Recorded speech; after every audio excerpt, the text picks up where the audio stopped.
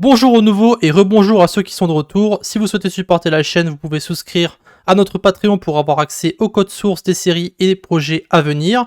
Vous pouvez aussi rejoindre notre Discord qui est public. Si vous êtes intéressé par les jeux vidéo, vous pouvez souscrire à ma deuxième chaîne. Autrement, like, comment, subscribe pour booster l'algo de la chaîne. Tous les liens sont dans la description. Bon visionnage. Et nous sommes de retour pour notre série sur Discord.js et on va faire aujourd'hui l'épisode 19 et ça sera tout ce qui est en rapport avec les logs. Alors j'avais dit dans la vidéo précédente qu'on ferait les logs et aussi la commande help, mais avec tout ce qu'on a à modifier dans cette vidéo, je pense qu'on va uniquement faire les logs et ensuite dans la prochaine vidéo on finalisera la commande help. Ça sera plus simple de le découper en deux parties au lieu d'avoir une vidéo qui sera super longue. Alors pour faire nos différentes logs, on va ici taper Chalk. Alors pour Chalk, on va utiliser la version 4.1.2. La version 5.0 est un peu bizarre en ce moment, je sais pas, elle fonctionne pas correctement. Du coup, on va simplement faire npm i Chalk 4.1.2. Du coup, ça va installer logiquement la bonne version. Donc vous aurez ici Chalk 4.1.2. Vous pouvez enlever le chapeau. Afin qu'il vous installe la version fixe 4.1.2.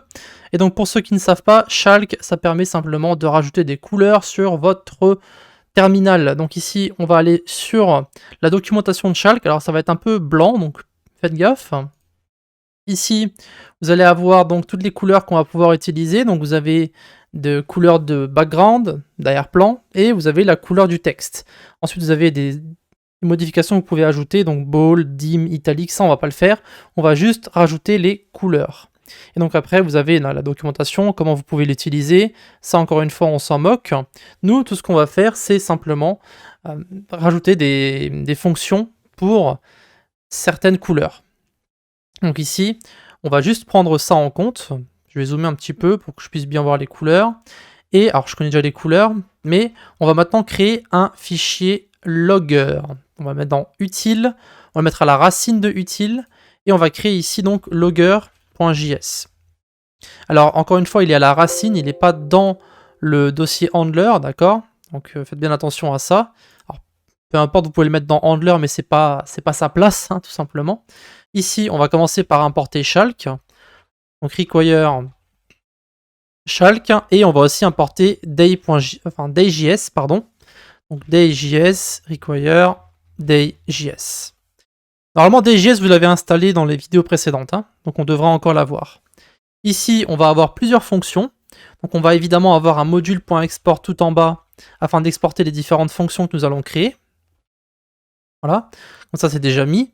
Et ensuite, on va avoir les différentes fonctions. Donc on va avoir une première fonction qui va s'appeler function write pour écrire en fait le contenu de nos autres fonctions. Donc ça sera une fonction interne à ce fichier-là, on ne va pas l'exporter. Donc pas besoin de mettre write ici. On va avoir plusieurs choses. On va avoir le contenu pour notre logger, on va avoir la couleur du tag. Donc notre formatage va ressembler à ça. On va mettre, je vais mettre une constante, je vais l'appeler format, et ici on va avoir donc dans un premier temps le timestamp, donc tstamp. Alors je vais mettre en minuscule tstamp. Ensuite on aura le tag, et après on aura le texte. Et après à chaque fois on va sauter une ligne. D'accord? Donc maintenant, on va remplacer ce qu'on a ici par le contenu qu'on va avoir dans nos différentes fonctions. Donc nous, le tstamp, il va toujours être de la même couleur, il sera de couleur grise, et le texte sera lui aussi toujours de la même couleur. La seule chose qui va changer, ça sera la couleur du tag, donc la couleur du texte, et la couleur de l'arrière-plan de notre tag, donc bg tag color, et le tag en lui-même. Et enfin, vous aurez aussi un booléen qui va s'appeler erreur, et par défaut, ce booléen sera égal à false. C'est juste pour indiquer en fait à notre console quel type de message on va avoir. Donc ici, on va commencer par modifier notre...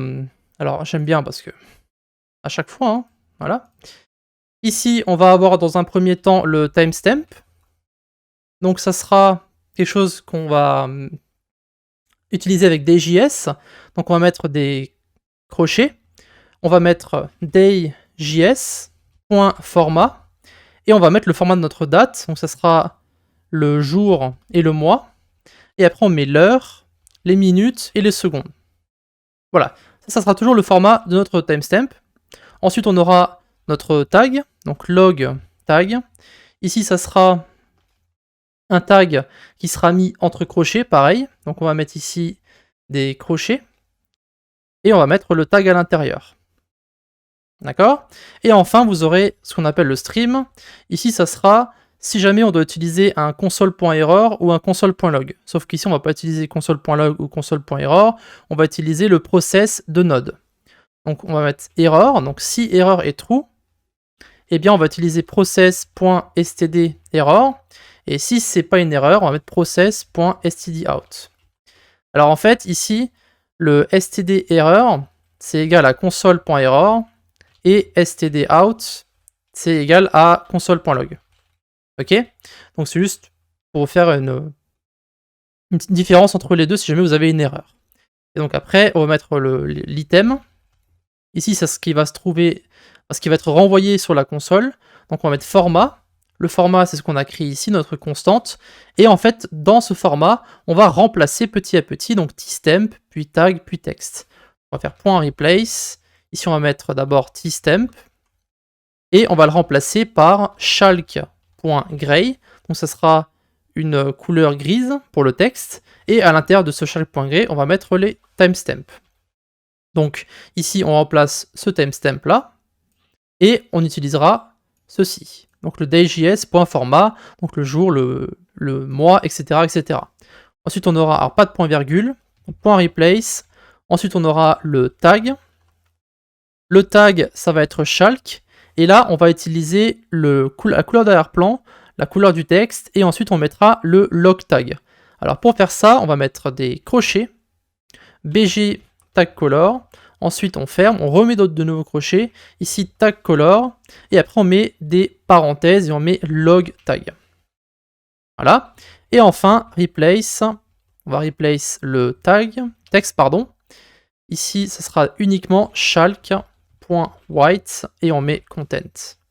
Et maintenant qu'on a fait notre formatage, on va faire stream.write et on va mettre item. Et voilà. Et du coup, maintenant, on va utiliser cette fonction write et on va en écrire plusieurs. Donc, on va commencer par écrire les plus simples. On aura function error. Ici, ça sera... On va uniquement mettre le content en paramètre parce que c'est la seule chose qu'on va pas ajouter. Donc, content. On va mettre ensuite write. Donc, ça sera le paramètre qu'on va mettre quand on appellera la fonction. Et après, ici, il ne reste plus qu'à mettre toutes les couleurs. Donc, ce sera un texte noir. On aura un background red. Et le tag, ce sera error. Et on aura bien une erreur. Ce sera bien true. Donc, ici, on va exporter error. Et on va faire un test. Donc, on va aller sur... Alors, dans la commande emit, j'ai mis la description en commentaire. Ok, afin qu'on puisse générer une erreur. Et on va aller dans notre handler de commande, donc commande utile. On va importer notre logger, donc require logger. Alors on revient un poil en arrière, parce que le logger se trouve juste un dossier en arrière, hein, il est toujours dans le dossier utilitaire. Le chemin va changer par rapport où vous êtes dans votre bot. Ici, maintenant, on peut utiliser les fonctions, donc on va mettre par exemple logger.error. Et on va voir que lorsqu'on va lancer le bot, on va avoir donc ici le timestamp qui va être en gris. On a ensuite le tag error qui est en rouge. Et vous avez après donc votre erreur. Alors ici, on peut modifier à quoi ça va ressembler. Je vais mettre dans commande utilitaire, on va enlever tout ça. Donc on va juste mettre commande. Donc commande non chargée, pas de nom. On va faire une saut de ligne pour le fichier, ça c'est bon. Mais on va juste enlever le saut de ligne à la fin aussi. Et je vais aussi récupérer un caractère supplémentaire. Je vais récupérer ici une flèche pour indiquer que c'est dans le fichier qui est juste en dessous que se trouve l'erreur. On va aussi séparer le nom et la description. Donc ici, ça je vais récupérer. Et je vais mettre en dessous if et on va mettre donc commande description. Donc s'il n'y a pas de description, on le met en dessous. Et on va faire un return. Donc pareil, commande non chargée, pas de description. Alors vous pouvez mettre un autre message, vous pouvez par exemple ajouter une description ou ajouter un nom à votre commande. Donc ici, ajouter un nom à votre commande, par exemple. Et ici, vous mettez, donc on va copier ça, vous mettez ajouter une description cette fois-ci. Donc ajouter une description à votre commande. Voilà, donc on va faire les modifications pour à peu près tout. Mais bon, après, c'est pas une erreur, hein. Ici, c'est plus un warn qu'il faudrait mettre, mais ça, on va le faire juste après. Donc, on peut modifier pour tout. Donc, le après, ça sera en fait maintenant. On va maintenant rajouter toutes les fonctions qu'on va utiliser. Alors, je vais toutes les mettre. Comme ça, on peut directement modifier tous nos fichiers. Alors, on va commencer par créer warn. Warn, ça sera pas BG Red, mais ça sera BG Yellow. Parce que si on va ici sur Schalke, sur Internet, on peut voir qu'on a BG Yellow. Il n'y a pas de BG Orange, pour une raison inconnue, mais on a Red, Green, Yellow, Blue, Magenta, Cyan et White. On va utiliser à peu près toutes les couleurs. Donc ici, on va mettre pour Warn BG Yellow. On va modifier aussi le nom du tag, ça sera ici Warn. Après, on va recopier, on va continuer. Donc ici, on va mettre typo, parce qu'en fait, on a des validations, donc on peut mettre une couleur personnalisée pour les typos aussi. Ça sera BG Cyan. Et ici, on va mettre typo. Ensuite, on aura, après typo, je vais mettre commande. Ici, on va mettre BG Magenta pour les commandes. Ça sera CMD. Alors à chaque fois, erreur ici, c'est false, hein, parce que le seul endroit où on met true pour erreur, c'est au niveau de l'erreur. Pour le reste, on met false. Ensuite, on aura event. Event, ça sera BG Green. Et ici, ça sera EVT pour event. Après, on aura client. Pour terminer, on aura client. Et ici, on va mettre BG Blue. Et on va mettre client. Et du coup, l'erreur est false. Et voilà, donc là, on a toutes nos fonctions. On a erreur, warn, typo, commande, event et client. Et du coup, maintenant, il faut tout exporter à la fin. Donc, on aura warn, commande, event, typo et client. Voilà, tout devrait être exporté. Tout est en couleur. Ça a l'air d'être bon. Maintenant, on va aller dans le handler. Donc ici, au lieu de mettre error, ça sera warn. Parce qu'on veut alerter qu'il n'y a pas de description ou pas de nom, hein. Pareil pour la catégorie ici. Ça sera logger.warn. Pour les permissions, ça sera ici. Alors évidemment, il faut rajouter ici, ajouter quelque chose. Donc, ajouter une catégorie à votre commande. Ici, on aura, donc on va enlever tout ça. Alors ça sera commande non chargée. Du coup, c'est ça qu'il faut enlever. Ajouter des permissions à votre commande. Et ici, c'est pareil. Logger.warn. Ici, ce sera, alors, commande non déclenchée, il faut aussi enlever toutes les choses qui se trouvent ici. Alors, c'est marqué commande non déclenchée, c'est commande non chargée du coup. Et on va mettre erreur de typo sur la permission, donc ça c'est bon. On va mettre la flèche ici, pour indiquer le fichier encore une fois. Et ça sera logger.typo cette fois-ci. Alors on pourrait s'amuser à tester un petit peu tout. Ici évidemment, il faut enlever les sauts de ligne, hein, autrement on va avoir un bordel pas possible dans notre console. C'est CTRL-D hein, pour sélectionner plusieurs choses qui sont similaires à chaque fois. Donc je vais juste vérifier qu'on a tout bon. Ici, on a logger warn, commande non chargée, ça a l'air d'être bon. Ici, on a logger warn pareil, logger warn, logger typo. Au niveau des commandes ici, ce sera logger.commande. Et je vais enlever commande chargée. Je vais juste mettre un tiret. Vous allez voir à quoi ça va ressembler. Alors j'ai toujours l'erreur de description ici. Je vais mettre notre point. Ok, alors voilà à quoi ça ressemble pour le moment. On a le timestamp, le warn qui est donc en jaune. Ensuite on a commande non chargée, ajouter une description à votre commande. Ça va indiquer le fichier, donc emit.js. Et après vous avez le chargement des commandes. Donc commande, donc user info, l, ping, poll. Ça c'est bon. Maintenant, on va faire une typo dans les permissions. Ou alors on peut éventuellement tester pour la catégorie. Alors on va voir si ça renvoie une erreur. Donc ajouter une catégorie à votre commande, ça c'est bon. Ensuite, on va enlever le name. Hop. On teste avec le name. Donc ajouter un nom à votre commande, ça c'est bon. Et du coup maintenant, on va juste mettre une typo à permission. Et on va voir si ça change quelque chose. On devra avoir une erreur de typo. Voilà, typo, hein, commande non chargée, erreur de typo sur la permission administrato, évidemment. Et donc c'est dans le fichier emit.js. C'est donc ici, administrator. normalement, ça devrait fonctionner correctement. Voilà. Donc on va enlever toutes les erreurs qu'il y a sur emit. Du coup, ça devrait se charger correctement. Voilà, donc emit est bien chargé. Tout fonctionne correctement. Maintenant, on va aller dans l'event handler. Et on va aussi importer le logger. Donc logger, require. On revient en arrière de 1. Par rapport à où on est dans event util ici. Donc on revient juste un dossier en arrière pour récupérer le logger.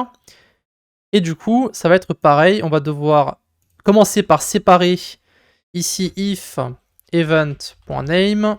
Et après on return. Pour enlever ça, pour séparer les deux. Pour séparer typo et le warn. Et ici, pour l'erreur, on peut simplement copier ce qu'on a là. Donc logger.warn, on va mettre événement non chargé. Et alors c'est déclenché du coup, ou récupéré, peu importe, en fait, vous mettez ce que vous voulez. Ajoutez un nom à votre événement. Et donc ce sera event file. Voilà, et pour les permissions ici, enfin pas pour les permissions, mais pour la validation, on va mettre événement non déclenché, erreur de typo. Et ça sera donc logger.typo.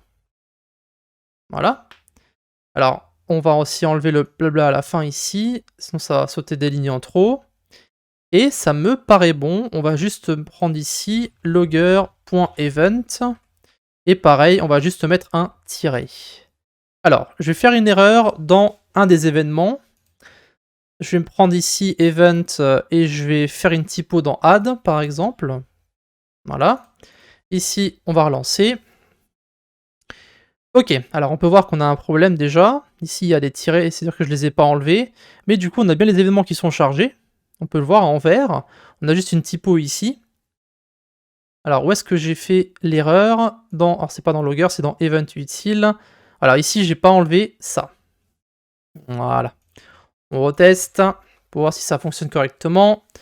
Ok, typo, événement non déclenché, erreur de typo. J'ai pas rajouté la flèche que j'ai mis pour les autres. Voilà. Et du coup, maintenant, je vais pas mettre de typo, mais je vais carrément enlever le nom de l'événement. Voilà. Et on peut voir donc warn, événement non déclenché, ajouter un nom à votre événement. Et ensuite, ça indique le fichier où ça se trouve. Voilà, si je remets le nom et qu'on relance. Donc ça, je fais tous les tests de mon côté, hein, mais vous, évidemment, il faut que vous fassiez vos propres tests. Donc, commande event, parfait. Maintenant, on va rajouter un log dans les autres fichiers où on a des consoles log. Donc, on va commencer par aller dans l'index.js. On va réimporter notre logger. Donc ici, il va falloir qu'on aille dans le dossier utile cette fois-ci. Donc, ./utile/logger. Et on va commencer par modifier ici au niveau de Mongoose. On va mettre donc un client ici, donc logger.client. Et je vais simplement mettre connecté à la base de données. Et pour l'erreur, s'il y a une erreur, on va faire logger.error. Et on met l'erreur à l'intérieur.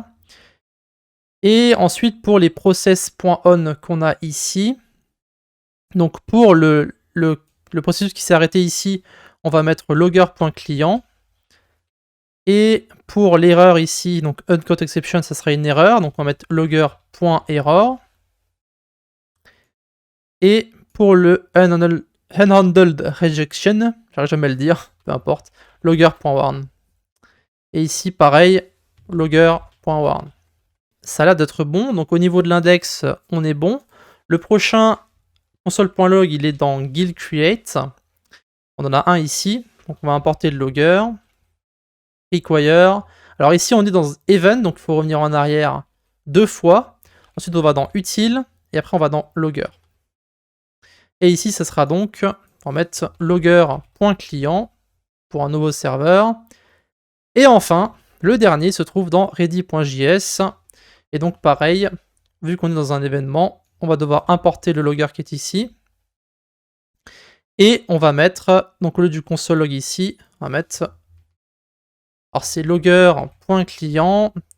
Et vous pouvez mettre un message personnalisé ici. Je vais mettre prêt à être utilisé. Voilà. Ok, alors, on va relancer.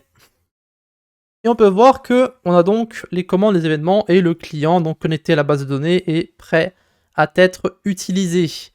Alors, si on fait une erreur quelque part, on va aller dans la commande ping, je vais essayer d'aller dans content, alors c'est juste rapidement, et on va mettre texte. Donc c'est une constante qui n'existe pas, un texte. Je vais voir ce qui va se passer lorsque je vais lancer le bot et que je vais taper la commande. On va aller sur notre Discord. Et ici, on va essayer de taper la commande, donc on va taper ping. Logiquement, voilà, on va avoir une erreur. Et du coup, il y a bien marqué, donc, another rejection, reference error, text is not defined. Voilà, donc ça c'est bon. À ce niveau-là, on n'a pas de problème. Donc on a le text is not defined.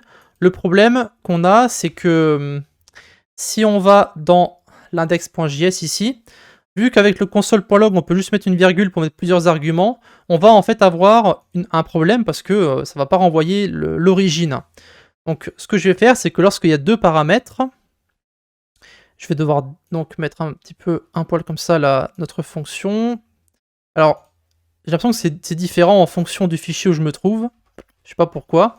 Donc on va mettre ici isOnPromise, on va sauter une ligne ici et ici.